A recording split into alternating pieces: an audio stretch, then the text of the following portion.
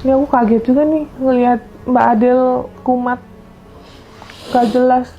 Emang kenapa tiba-tiba bilang ada genderuwo lah segala macem, bisik-bisik setan. Kumat ya, nggak sadar ya. Pengen obat tidur lagi. Iya, ntar ada mana obat tidur? Enggak, aku ada kok yang itu. Pengen minum sekarang. Iya, sabar. Aku kasih 10 ya. Nanti aku meninggal. Ambil dong tolong. Di kamar aku deh kayaknya. Bibi mana? Kurang merah rambutnya. Iya, ntar merahin kalau di rumah sakit jiwa. Hah?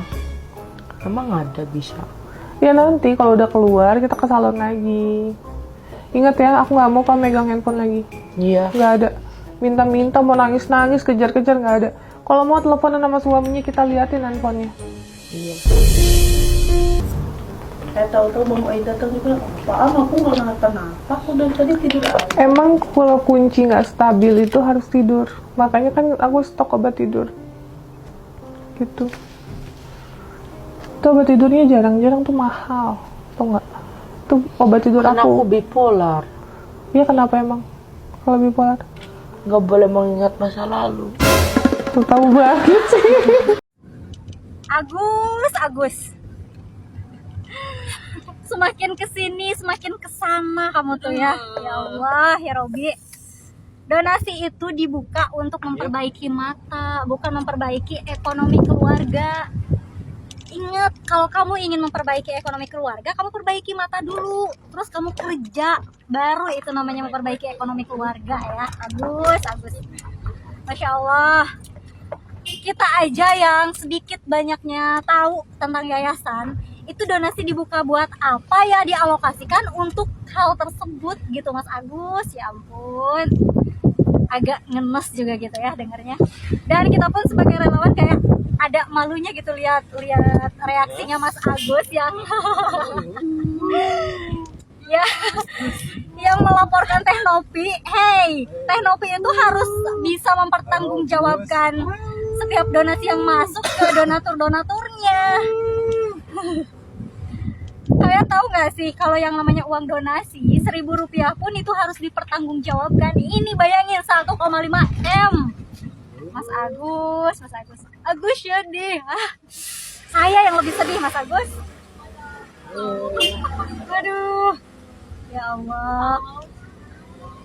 Kalau misalkan donasi dibuka untuk operasi mata, kira-kira bisa nggak digunakan untuk bangun masjid? Enggak.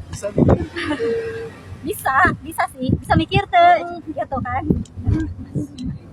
Kecuali Mas Agus bilangnya ke Teh Nopi waktu itu, Teh Nopi bantuin saya ya mau open donasi untuk bayar rumah, untuk bayar utang, bayar pinjol, beli mobil. Bilangnya ke Teh Nopi gitu, bukan untuk pengobatan mata. Kayak gitu Mas Agus. Ya Allah, ya Rabbi. Mudah-mudahan nih jadi pelajaran untuk seluruh warga Indonesia. Tidak ada lagi kasus-kasus seperti Mas Agus ini. Dan ingat ya, sedikit mengedukasi bahwa donasi itu dialokasikan sesuai ikrarnya. Sesuai yang pertama, awal donasi dibuka itu untuk apa? Awal donasi untuk bangun masjid, alokasikan untuk bangun masjid. Donasi dibuka untuk pengobatan, alokasikan untuk pengobatan. Jangan kemana-mana Mas Agus ya. Salam hangat, semoga segera sehat.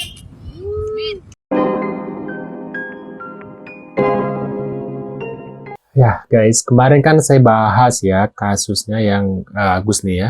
Dan ada seorang perempuan yang menyatakan tentang masalah lokasi nih. Yayasannya Teh Novi. Kenapa Teh Novi yang lebih dilaporkan bukan yayasannya guys. Nah ini ada pendapat dari netizen. Salah satu netizen, yuk kita lihat bareng-bareng guys videonya. Ngomongin kasus Agus dan uang donasi, saya bingung kenapa yang berseteru adalah Novi, bukan yayasan. Padahal donasi itu hanya bisa dilakukan oleh badan hukum yang punya izin. Lantas kenapa Novi yang muncul dan bertarung dengan Agus? Yayasannya mana? Ibu ini lucu ya, pakai nanya kenapa yang muncul dan berseteru dengan Agus ini Novi bukan yayasan. Jawabannya singkat, padat, dan simpel, Bu.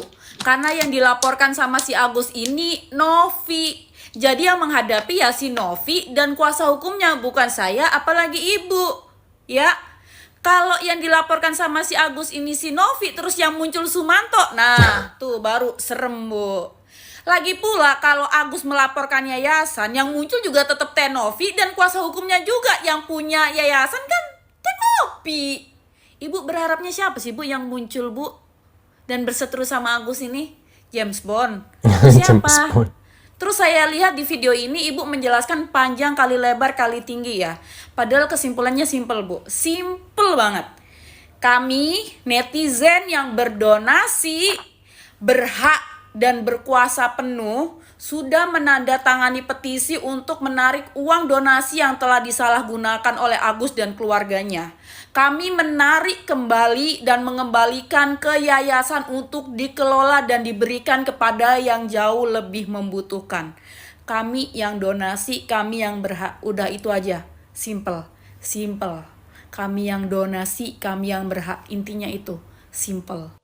Terbuka untuk Uya Kuya yang sekarang juga sudah menjadi anggota DPR RI, wakil rakyat. Untuk itu, saya sebagai rakyat mengharap Anda bisa berbuat banyak untuk rakyat, lebih bijak terhadap persoalan-persoalan yang sedang menghebohkan rakyat.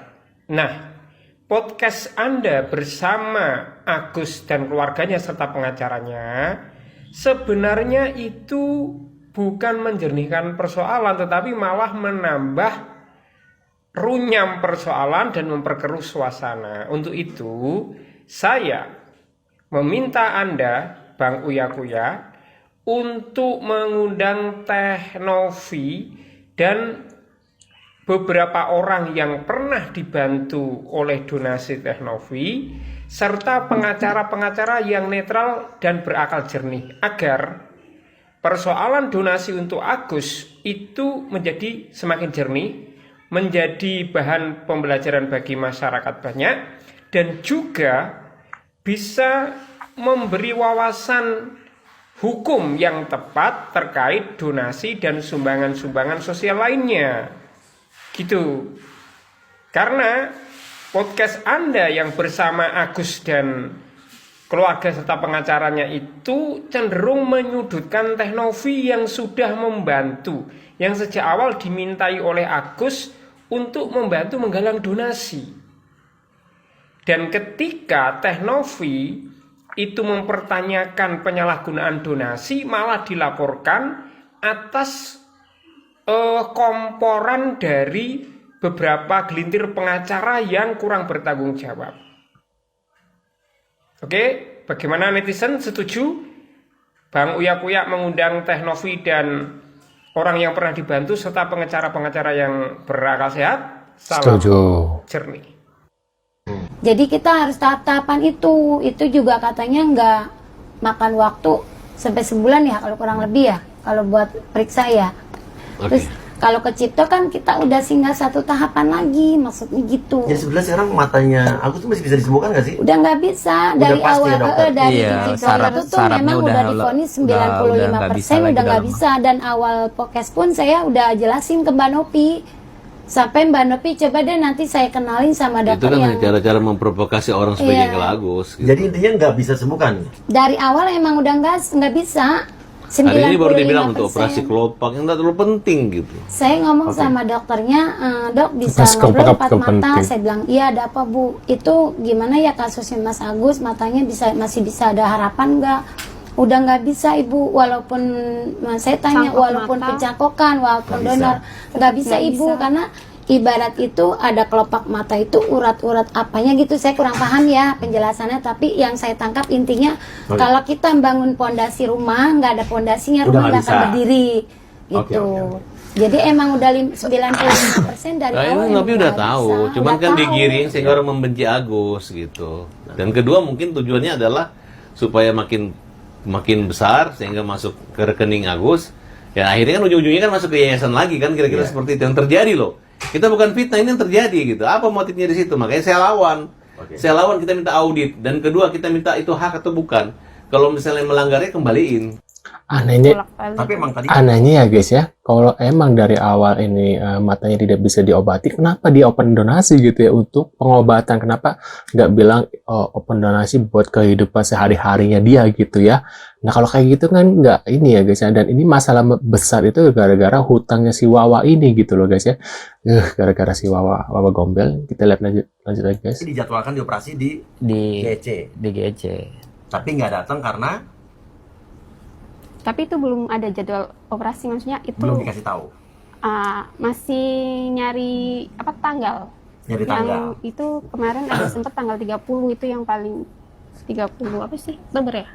Ya, secara hukum, menurut saya, ya, laporan terhadap Novi ya, sebagai pengurus yayasan, menurut saya baik pencemaran nama baik maupun pengancaman atau pidana lain, menurut saya tidak ada unsur tindak pidananya. Ya, tidak ada unsur tindak pidananya. Kenapa? Sekali lagi saya katakan, Novi menguasai uang tersebut, ada nggak haknya? Ada. Kemudian, apakah tujuan Novi menguasai uang untuk dimiliki? Tidak. Apa fungsi dia menguasai uang itu? Mengawasi penggunaan uang tersebut. Kenapa? Karena dia adalah pengurus yayasan. Benar. Dia mencari argumen untuk melakukan pemberian terhadap kliennya. Kok ini narkoba dan sebagainya. Terus juga begini ya. Sekarang kalau saya bilang, saya kemarin pakai narkoba, siapa yang berani nangkap saya? Narkoba itu bisa ditangkap ketika dia pakai atau dia menyimpan. Kalau seandainya cerita, Novi dulu pernah ngajak kawannya pakai narkoba, andai kata benar nggak bisa ditangkap. Saya yang bilang, ya kalau saya kirim surat ke BNN, kirimlah surat ke BNN. Orang positif nggak bisa ditangkap. Apalagi ini mantan. Kalau mantan pencuri bisa ditangkap, mantan pembunuh ditangkap, mantan pengguna narkoba nggak bisa ditangkap. Nah jadi harus paham dulu, Rizal. Ya. Saya boleh tambahin sedikit ya. Saya mau bahas juga terkait sebagai lawyer nih sekarang kapasitas saya. Saya mau mengomentari sedikit tentang duduk perkara masalahnya. Jadi waktu hari Jumat kemarin tuh Tenovi datang ke Bandung. Kebetulan saya berdomisili di Bandung, itu bersama timnya datang ke Bandung. Jadi teman-teman perlu ketahui ya, bahwa yang disomasi itu Tenovi ya. Betul ya? Betul. Salah, harusnya di somasi itu adalah yayasan. Karena subjek hukum itu menurut hukum itu ada dua, manusia. Jadi hari Sabtu kemarin itu Tenovi beserta timnya hadir dari Jakarta ke Bandung, ke kediaman saya, dengan maksud dan tujuan untuk diskusi terkait permasalahan donasi ini, disertai membawa dokumen-dokumen terkait, membawa dokumen-dokumen yang berhubungan dengan kasus yang saat ini sedang bergulir, yaitu permasalahan donasi, disertai untuk penunjukan surat kuasa lawyer. Namun teman-teman, saat ini teman-teman juga harus mengetahui bahwa Tenovi juga sudah memiliki lawyer yang kebetulan adalah paman kandung beliau. Beliau adalah lawyer senior yang saya yakin bahwa beliau akan melihat case ini lebih secara detail gitu. Namun saya ingin menceritakan bahwa hal pertama kali yang saya pelajari dari dokumen-dokumen yang Tenovi bawa adalah mutasi rekening koran yayasan. Bahwa itu yang menurut saya adalah hal yang paling penting, yang paling krusial dalam permasalahan ini. Itu yang saya pelajari adalah ketika alur transaksi keuangan dari rekening koran Agus yang berpindah saat itu ke rekening yayasan. Teman-teman, uang yang berpindah dari rekening Agus ke rekening yayasan adalah utuh. Tidak dipergunakan oleh pihak yayasan selain daripada kepentingan pengobatan matanya Agus. Saya pegang datanya, namun saya tidak mau mendahului Tenovi untuk membuka mutasi rekening koran tersebut ke publik. Mungkin besok hari Senin karena akan ada press conference, mungkin Tenovi akan membuka seluruhnya dengan gamblang di publik. Saya tidak mau mendahului, pada prinsipnya uang tersebut masih utuh. Jadi memang sudah terpakai untuk pengobatan matanya Agus. Yang saya maksud utuh adalah tidak dipergunakan oleh Tenovi atau tidak dipergunakan oleh pihak yayasan di luar daripada kepentingan pengobatan matanya Agus. Kemarin saya melihat itu WhatsApp dari istrinya Agus ke Tenovi, itu dikirimkan bill rumah sakit. Selanjutnya oleh Tenovi dilakukan reimburse dari pihak yayasan untuk mengganti biaya pengobatan matanya Agus. Saya sudah melihat bahwa alur transaksi keuangannya semuanya detail dan ada invoice-nya. Namun kembali tadi bahwa saya tidak bisa membuka ke publik, saya tidak mau mendahului apa yang belum disampaikan oleh Tenovi.